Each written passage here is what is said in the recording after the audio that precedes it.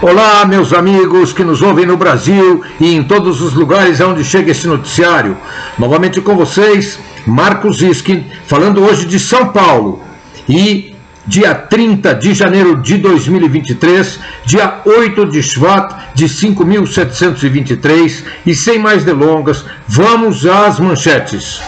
2 atentados consecutivos em Jerusalém, os mais sangrentos dos últimos 15 anos. Países em todo o mundo condenam os ataques em Jerusalém e Hamas emite nota de repúdio. Ataque a centro produtor de mísseis balísticos no Irã. Ataque também a comboios iranianos na fronteira entre a Síria e o Iraque. Extremistas judeus atacam propriedades de árabes.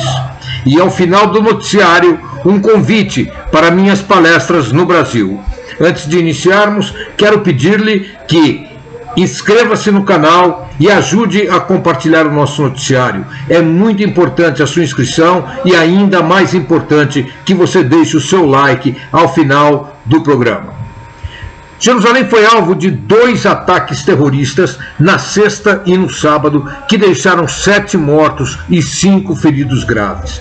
4 dos mortos são pessoas que tentaram salvar os feridos. Um era um rapaz de 21 anos, a caminho do seu trabalho num bar, e que parou a sua motocicleta para tentar estancar o sangue de uma senhora que havia sido baleada quando foi baleada pelas costas. O Canal 12 fez uma reportagem neste domingo no bairro de Siloam, de onde saiu o menor que foi responsável pelo segundo ataque terrorista. Este garoto de 13 anos se escondeu atrás de um automóvel e, ao passar pai e filho que se dirigiam às orações no Muro das Lamentações, saiu de trás do carro e a queima-roupa atingiu essas 2 pessoas. As entrevistas feitas no bairro de Siloam, da onde saiu este menino, feitas especificamente com meninos de 13 e 14 anos, nota-se uma resposta extremamente preocupante. Quase todas as crianças entrevistadas consideram este garoto um herói e uma inspiração, e dizem que teriam orgulho em tornarem-se shahid, ou seja, mártires. Falam em um orgulho de ter um herói no bairro. Um menino de 13 anos que se declara pronto para morrer e que glorifica assassinos covardes da sua própria idade, acreditando que quem morre matando infiéis vai ao paraíso, é um risco muito grande, pois crescerão com muito ódio em seu coração.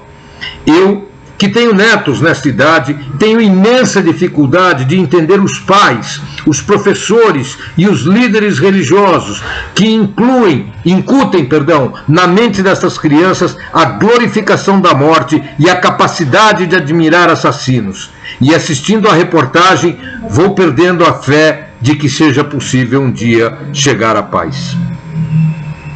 Os ataques assassinos ocorridos em Jerusalém levaram muitos países a emitirem notas repudiando o ataque.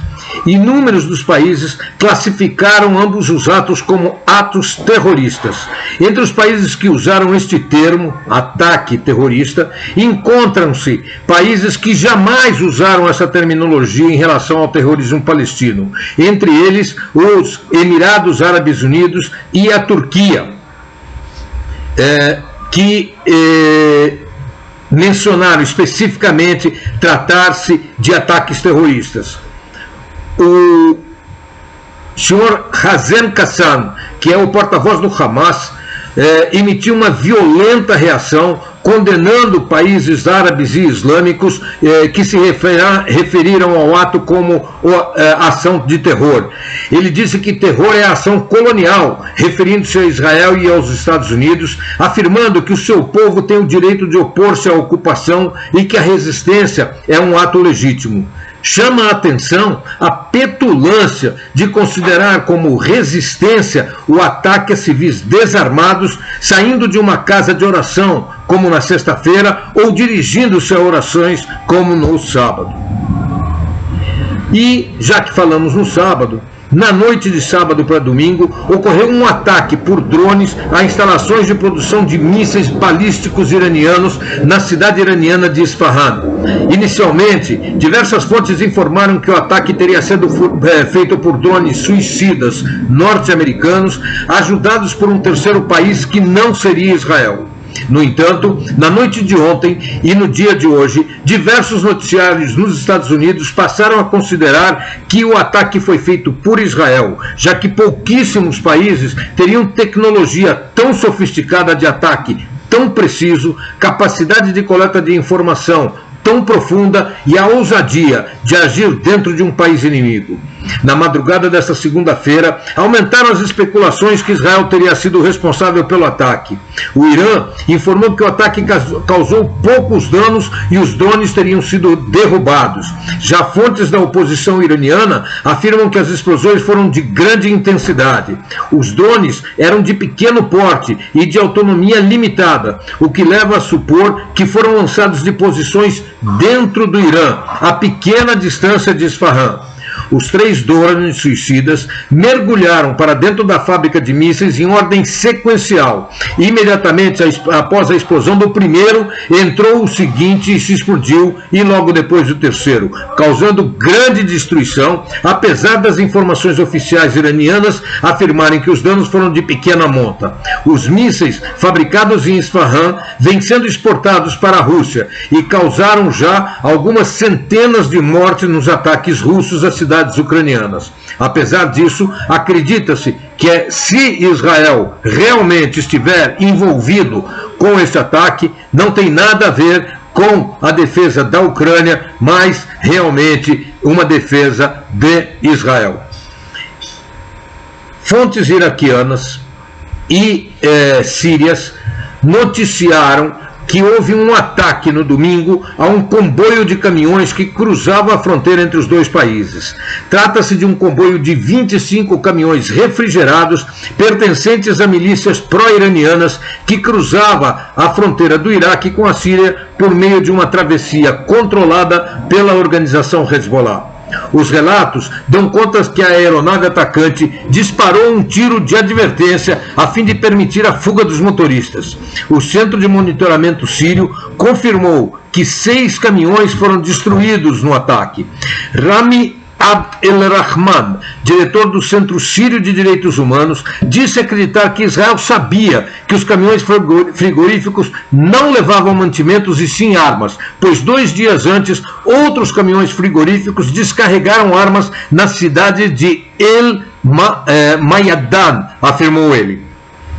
Hoje de manhã tivemos notícia de um segundo comboio que, tentando desviar das forças israelenses, teria passado por um outro ponto de fronteira e por uma outra rota. 6 caminhões hoje foram atacados e destruídos. Infelizmente, no dia de hoje, houve 7 mortos, que eram os motoristas desses veículos e alguns ajudantes. Diversos veículos de notícias árabes na região de Ramallah informam que durante esta noite foram atacados de residências e veículos árabes, tiveram seus vidros quebrados, alguns inclusive sendo incendiados. Além disso, houve pichações em hebraico em muros da cidade, clamando por morte aos árabes. Esses incidentes estão sendo atribuídos a jovens da extrema-direita israelense. Logo após os atentados de sexta e sábado, o primeiro-ministro Netanyahu pediu contenção e clamou para que ninguém tentasse fazer justiça com as próprias mãos. Ele ressaltou a capacidade técnica do Serviço de Segurança israelense, do Exército e da Polícia israelense e assegurou que os responsáveis seriam encontrados e entregues à justiça.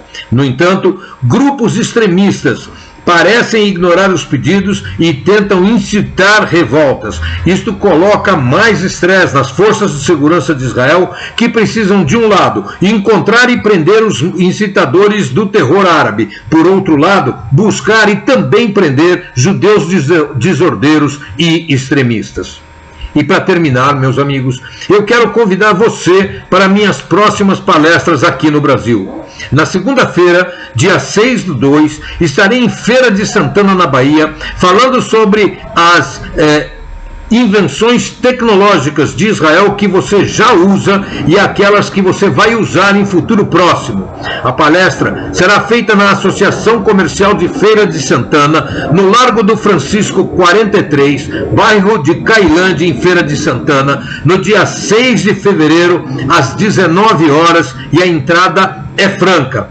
Já no dia 9 de fevereiro, quinta-feira, a palestra será em São Paulo. O tema em São Paulo será a escalada do antissemitismo nas mídias, o ativismo comunitário e como executar uma contra-propaganda. Essa palestra em São Paulo se dará no Templo Maurice Sommer, na Rua Bahia 1232, no bairro de Higienópolis, como eu disse, dia 9 de fevereiro, às 20 horas. A entrada é gratuita, porém pede-se doação de 1 quilo de alimentos não perecíveis que serão distribuídos a causas sociais. Termino pedindo-lhes que não se esqueçam de inscrever-se no canal. É muito importante para a continuidade do nosso noticiário. Deixe também o seu like e ajude-nos a compartilhar este vídeo. Nos encontraremos, se Deus quiser, na quinta-feira, no Radar do Mundo Judaico, e na próxima segunda-feira, com um novo Notícias de Israel, por Marcos L. Ziskin. Até lá, amigos!